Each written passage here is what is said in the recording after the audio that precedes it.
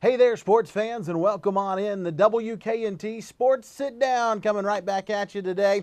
Got a brand new episode for you today. We are pleased to be joined by the godfather of Graves County High School football, the man that started the program there at Graves County High. Coach Jay Buckley is here with us today. Coach, it's great to be here with you. I'm really looking forward to some of the stories and some of the things you might have to tell us. We're going to talk a lot about your coaching career, but before we get into any of that, I want to go way back to the beginning, Coach. Tell us about growing up. You grew up in Delaware, right? Yes, Tell us about growing up in Delaware, and who were some of the early influences in your life that might have led you into the coaching career? my folks, my grandfather, my dad, my uncles, they were all in the automobile business. My grandfather owned the DeSoto, if anybody remembers the DeSoto, Plymouth, Dodge, Plymouth, another one that's not made anymore, Dodge, Chrysler, Imperial, which is not made anymore, dealership in the state of Delaware, in the city of Wilmington. And pretty much I was raised in the automobile business. I started playing sports when I was in the fourth grade, organized sports, that is, football, basketball, baseball, and then when I got into junior high, track and field also. Coach, you're a multi-sport athlete. What are some of your most vivid memories from your playing days? What are some things you're never going to forget from playing? Well, I'll never forget my first football game. I was in the fourth grade, and I was going against a guy by the name of Harry Alexander. And Harry was in eighth grade, and he was the biggest recruit going to the high school I ended up going to. Salesianum High School is run by the Oblates of St. Francis de Sales. It's like a lot like Trinity. There was 1,400 all boys, and he was at St. Hedwig's, and I was at St. John the Beloved. And my dad drove me to the game, and we played at a place called the Tower. It had a bunch of football fields around it, and CYO had a great program. You know, there's like 30 Catholic school teams, and they're divided into divisions and conferences. So my dad says, you know, you're matched against Harry Alexander. Well, Harry was going to Salesianum. That was a big thing wherever he went to school, whether he went to public school or private school, and then again which private school.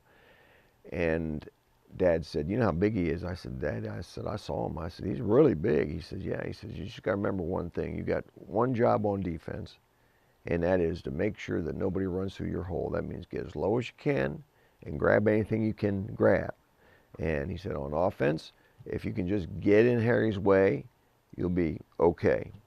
So we get out there, and he lets me out of the car. Of course, I was the biggest kid on our team, even in fourth grade. I was taller than anybody even in eighth grade.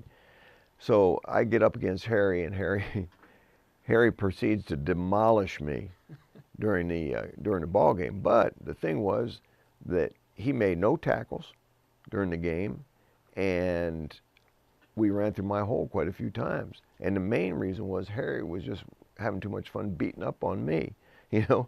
So get back in the car, and my dad's car, and we driving along, and he said, well, how do you feel? I said, oh, Dad, I'm sore.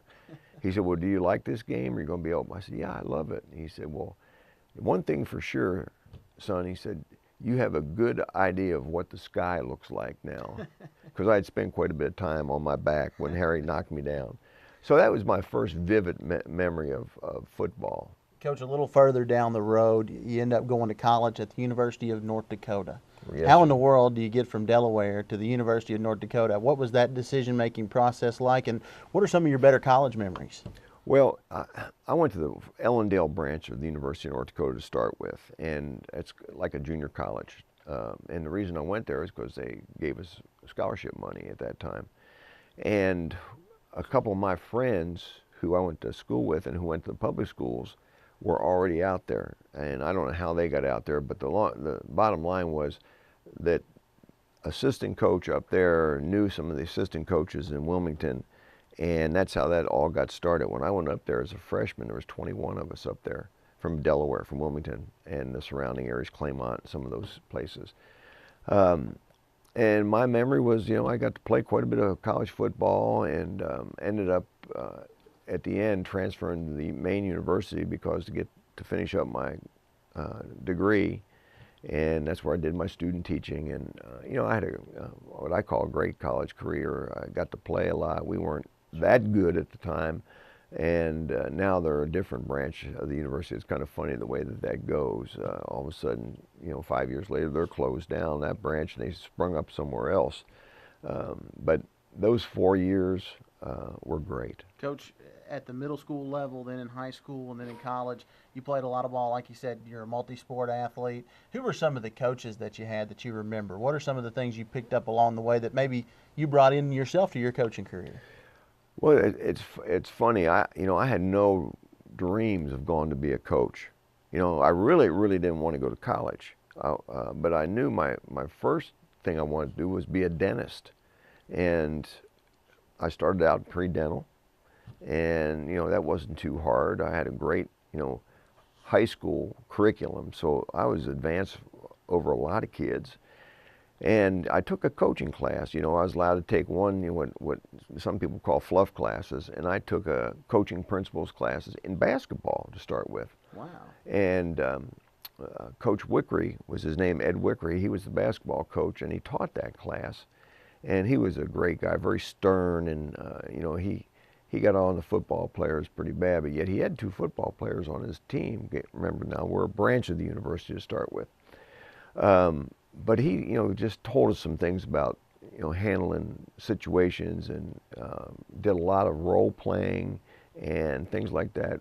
As a coach, what you would do, and if you started talking and you do something really silly or stupid, he'd stop. Whoa, wait a minute! You can't do that. You can't grab a kid by the face mask, or you can't grab a kid by his shirt on the bench and jack him up. He said, you can't do that. He said, now coaches do that, but that's not the way to coach. And that's kind of where I started remembering back into some of my coaching coaches that had me. Mr. Apostolico, Coach Apostolico, was one of my grade school junior. I guess he was junior high because he was like 7th and 8th grade. And he was a very mild-mannered guy, and he was a huge guy. So, I mean, he could have just picked us up and thrown us all around. But he never did that. He treated us like little men, and I'll never forget that. And so I took that class, and then the next semester in the fall, I took a coaching football class, plus all the electives that you had to take to go into dental school. Well, pretty soon I've said I'm not going to dental school. I'm gonna be a coach, or I'm gonna try to play at the pro level in the Canadian League. I hate to say I get Wilmington and Winnipeg confused sometimes. Winnipeg, Canada had the Winnipeg Blue Bombers, and they're still there. And I had an opportunity to go up there and play, but they paid like $3,000. And they had a job fair at school.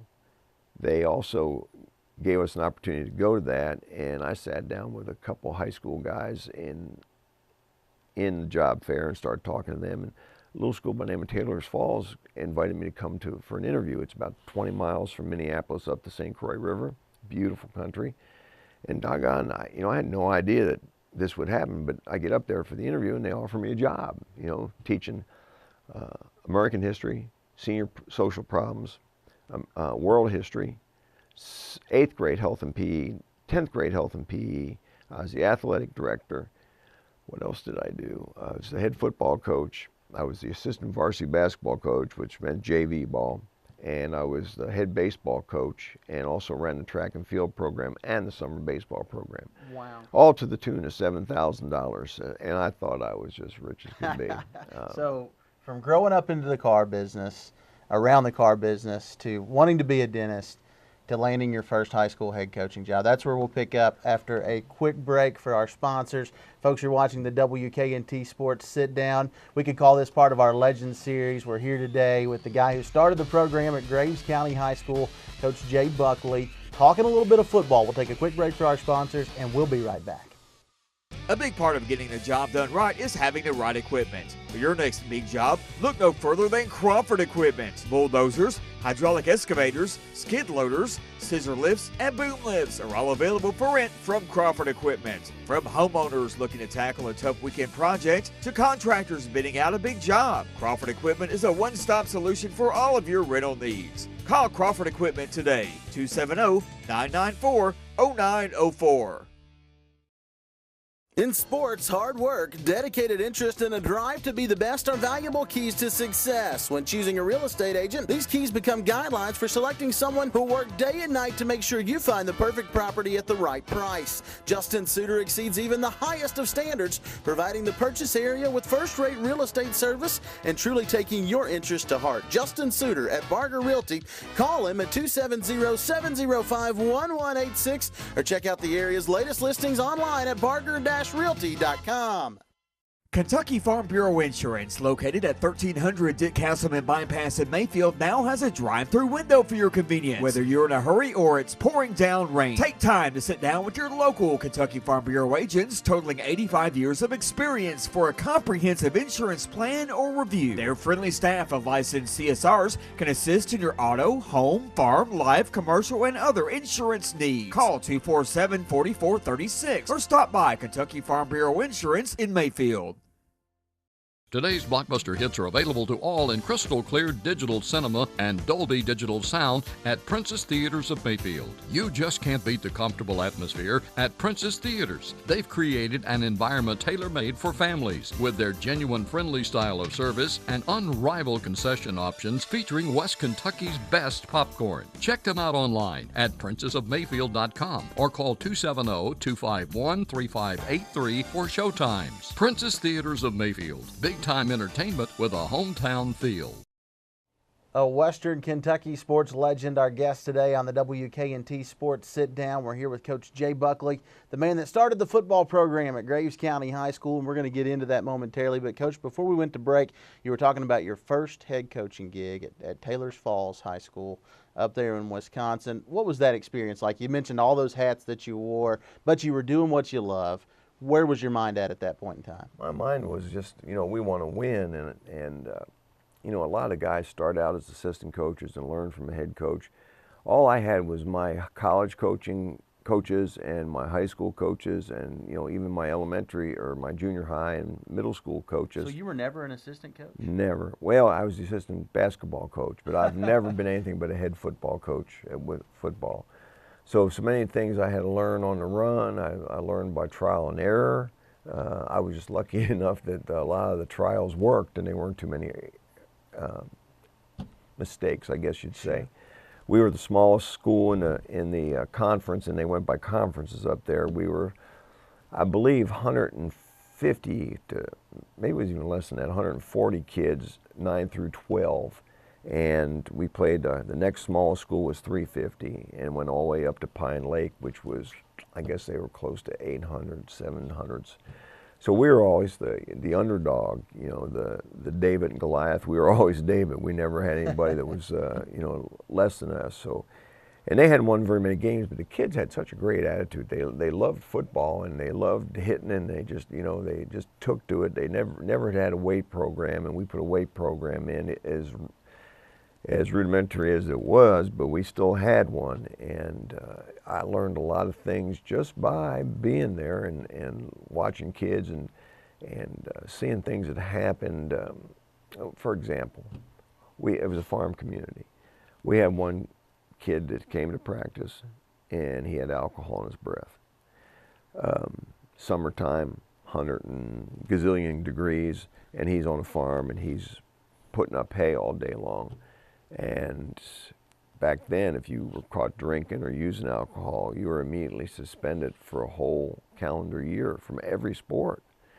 And this was at practice, it was like the third or fourth practice of the summer, and I could smell it, So I went to a couple of my assistant coaches, which I had two, by the way, and I said, "You guys stop for a beer or anything?" And he said, "No, not us, not us." So I went around, and sure enough, it was a kid that ended up being a great kid as a senior. He was a junior that year, and I said, I'm not going to mention his name, but I said, "Have you had some beers?" He said, "Oh yeah, Coach." He said, "We always, after putting up hay all day, we always have a couple of beers." He said, "I probably had 3. And I said, "Son, you can't do that, And he said, "Oh, I can't." And he didn't realize nobody had done that before. Well, he ended up sitting out the whole year. Now, you could have thought that boy would have hated me. And I wasn't trying to be a dink about it or anything like that, but they were the rules, and the rules had to be followed, or everybody's going to come to practice after being out on the farm. And he came back as a senior with a vengeance and had a great senior year. I'm glad he didn't take it out on me, but you know, that was something I learned about alcohol and kids and rules.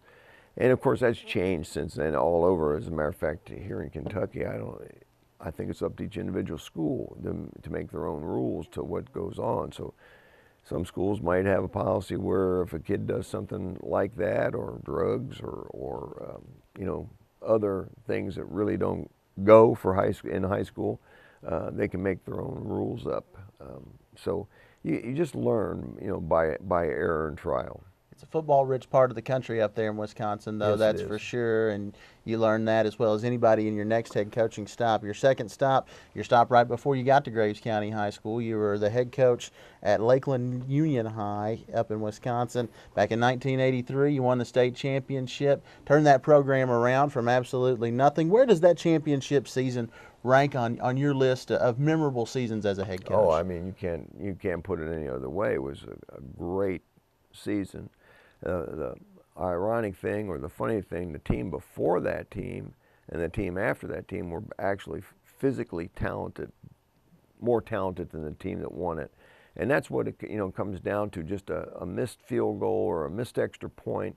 You know, the people of Mayfield, maybe they do realize how fortunate they are to have all these state championships, because that doesn't happen.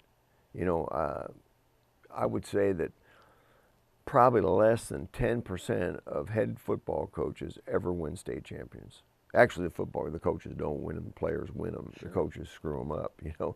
But that's really true. I think the statistics prove that. The other statistic is that head coaches last about 4 years, you know. Sure. It's just one of those things that it's hard to do. But you get a community like this and a community like Graves that just they turn around, they love their football, and they like to, and Lakeland, oh man, they loved football. We had players that first year and second year, all my years up there, we had guys that could play, and you know, it was ironic, they hadn't won any ball games, you know, during the time before me, but they had great young coaches, and they had speed, and the kids they loved football. They just didn't know how to win, and that's the thing that we had to convince them of, and they learned pretty quick. Well, your next stop was Graves County High, not long after winning that state championship there at Lakeland Union High School. We're going to take a quick break, and when we come back, we're going to get into talking about starting that program at Graves County High School. I know it was a tough task, Coach. You and I are going to get into that right after a quick word from our sponsors. You're watching the WK&T Sports Sit Down. The godfather of Graves County High School football, Coach Jay Buckley, here with us. Ooh, look at those toys. Insurance must be expensive. Nah. I bet he's got an Allstate agent. They can save you up to 30% more by bundling your policies. Well, his dog's stupid. Poodles are one of the world's smartest breeds. Bundle and save with an Allstate agent. Are you in good hands? Bundle and save with Allstate. Call me, Kevin Kurtzinger in Mayfield or Murray at 270-247-2919 or 270-762-1030. Farming is expensive enough without overpaying for the tools and equipment needed to get the job done. Co-Equipment is this area's source for top quality tractor parts, tires, and accessories. Family owned and operated for over 50 years, the farm equipment experts at Co-Equipment will get you back on the job without breaking the bank. And with a full staff of mechanics, they can repair or service just about anything. Co-Equipment on Highway 94, 1 mile from Tri-City. High quality equipment at a great low price. The Mattress Gallery in Kingstown would like to present the Passions Collection. The Passions Collection consists of beautiful styling, luxurious fabrics, unbeatable value, and superior quality. With higher coil counts and individually wrapped coils, the tri-zoned mattresses deliver superior comfort and support. Comfort test a new Kingstown Passions Collection mattress today at the Mattress Gallery. Conveniently located at 702 North 12th Street, right next to Big Lots in Murray. Gold Nugget Jeweler offers everlasting reminders of happy days gone by. The selection at the Gold Nugget is phenomenal, featuring everything from vibrant diamond engagement rings to the area's largest selection of rare natural turquoise, diamonds, pearls, as well as Seiko and Pulsar watches. Family owned and operated for over 30 years, the Gold Nugget has developed a reputation for service, cleaning, and repair. The options are plentiful, the price is low, and the service is always first class at the Gold Nugget, located on the square in downtown Mayfield. You laid a solid foundation at Graves County High School. A lot of great people are part of that. You mentioned the kids earlier in the interview, and you mentioned it several times in talking to you. You know, a lot of coaches think a lot about themselves, and a lot of coaches are big ego guys. But you obviously realized from a very early point in time that you were nothing without the kids and without everybody else around you. Talk about how important it is for you to stay in touch with some of the guys that have played with you before, and kind of that family atmosphere that you kind of created around the Graves County football program that still exists today. Well, as you indicated before, you know, Graves County was a basketball community, and they lived and breathed basketball. And you know, one of their goals as they consolidated, of course, was better academics, and you know, it still is, and they've obviously proved that. But one of their goals was to have a great athletic program, you know, and I think that they've, you know, with a bunch of good coaches, good players, have accomplished that. And I was fortunate, you know, to buy the first football helmet, to blow up the first football, so to speak. Even though we had elementary and junior high football that first year before I got there, they had built the elementary program to start with. But the people just accepted football, and you know, whether it was the rivalry that of Mayfield, that you know they're going to be able to compete against Mayfield, I'm not sure, but they love the game, and you can tell that by looking in the stands. You know, except for one little hitch up, the fan support has been tremendous, and you know, you don't go to a alumni ball game and end up having, you know, 5,000 to 6,000 people there, unless the community loves the game. And you know, I can't say enough about the kids and the coaches. Came in there in the first year, we just played JV football. The seniors weren't allowed to play JV, so we just had juniors on down, and we finished 6-3. You know, and you know, people are saying, you know, wait till they play varsity.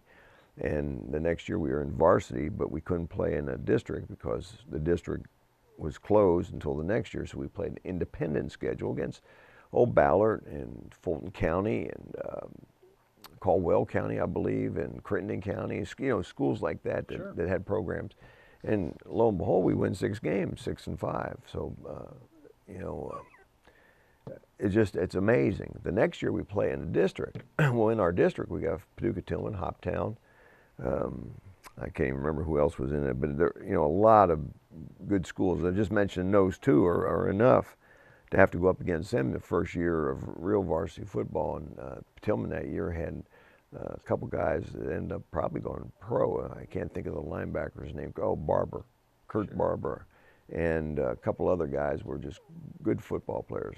We didn't play Mayfield, you know, so I got the opportunity that first year was to go watch Mayfield and see their history and their tradition, and know that you know, that was going to be a tough road to hoe. And that first time you did play Mayfield, which was 1993. Yes, sir. You beat them just like you promised, Just like and you that's promised. exciting, Coach. We're getting the wrap-up signal from our producer back in the back. You and I could sit here and do this all day long. Sure. We definitely need to do a second installment Right. and do this again sometime. There are all kinds of great stories and great things that you could tell us. But lastly today, as we wrap things up here, I want to give you an opportunity to talk to some of the young coaches that may be watching our broadcast. What is some advice you may have for them, and what are the keys to having a successful coaching career, would you say? Well, before that, I want to give a shout out to the guys that are building a new locker room. Sure. Over at Graves County? Huh? Yes, Burgess Construction, Dustin, who played at Graves. Dustin Burgess, his dad, Jim. I think Jim's partially retired, but he's helping do that. And Joe Brown, who played in the alumni game. They're building those lockers right now, and that's going to be a beautiful locker room. And, you know, Coach Gregory has done a tremendous job of getting football kind of dropped off a little bit, win-loss wise, I guess, after I left, and not because I left, just certain things happened. But he has built the numbers back up. And in a big school like Graves, you got to have, you know, anywhere from 15 to 20 seniors playing, and he's done that. But the young coaches, you know, here's what I tell you. you cannot forget about the kids. You have to remember that your players are teenagers. You have to remember that their number one activity is academics. You want your kids to go on to college, not necessarily to play college football, but to be able to play college football. Learn as much as you can. I think a lot of young coaches think they know it all, and nobody knows it all. I'm 66, and I'm still learning. I'm fortunate to Coach Gregory let me hang around the program, mentor some kids, get to talk to kids, stand around, do stuff. I get to broadcast with Justin. He calls me the godfather of Graves County football, and I think that's better than the grandfather of Graves County football. But that's what I tell you coaches. And don't think you have to start out as a head coach. That's a fluke. You got to work your way up the ranks.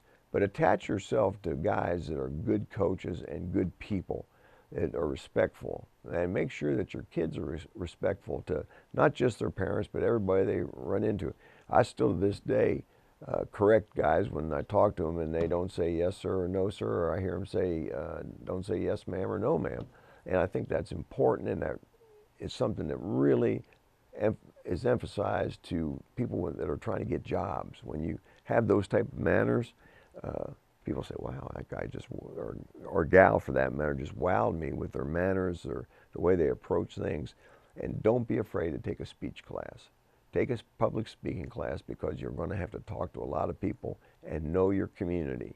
That's the biggest thing, know your community. If you do that, you're going to end up having a great time and win a lot of ball games. Well, I'll say this. Thank you, sir. You're welcome. I appreciate it. Coach Jay Buckley, the godfather of Graves County High School football. He's won more games than anybody in Graves County High School football history. He coached a state championship team up in Wisconsin. He's had a great coaching career, and I'm honored to be able to work with him in the broadcast booth on our WK&T Sports Game of the Week package. It's been a lot of fun, Coach. Thank you so much. Another episode of the WK&T Sports Sit Down in the books. For everybody involved, I'm Justin Swallow saying so long, everybody. Hi, neighbors. Purchase Ford's been a part of this community for 14 years. And the biggest part of our success has been our energy, our attitude, and our staff. We represent the best brand in the automotive industry, Ford. The people of Mayfield and Graves County know us. They know we exemplify great service and a fair deal on all our Ford products and services. It's our responsibility to keep the trust that we've earned over the years. We're Purchase Ford in Mayfield, and if you know that name, you know us.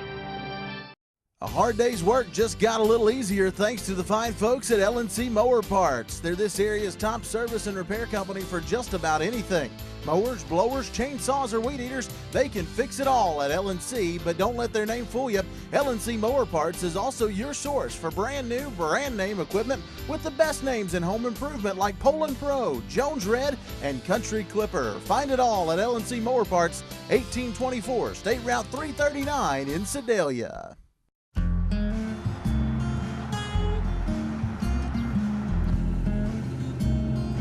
Shelter Insurance has covered a lot of miles and a lot of cars and drivers since 1946. We like knowing we have you covered, so you can just sit back and enjoy the ride. Shelter Insurance. We're your shield. We're your shelter. Ask Agent Steve Jones about Shelter's auto insurance discounts. Guys, it must have been awful hard for you to convince that girl that you're the right one for her. I'm here to tell you I'll keep that smile on her face. Just come into Enix Jewelry, and I've got one-of-a-kind pieces, and I sell happiness here on the square in Murray, Kentucky. Make sure the love of your life never forgets just how much she means to you. With our Fireflies collection of vibrant, dancing diamonds, or maybe create a memory with an ornate design from our Southern Gate collection modeled after the unique ironwork in Charleston, South Carolina. Our selection here at Enix Jewelry is unlike any you've seen before anywhere else. No greater satisfaction than the feeling of knowing that you've created another magical moment. So here at Enix Jewelers, come in and let us help you make a lasting impression with that someone special. We're a family-owned jewelry, been in business 48 years, and I'm here to service what I sell, and I sell happiness, and I'm going to guarantee I'll make you happy. Come and see us.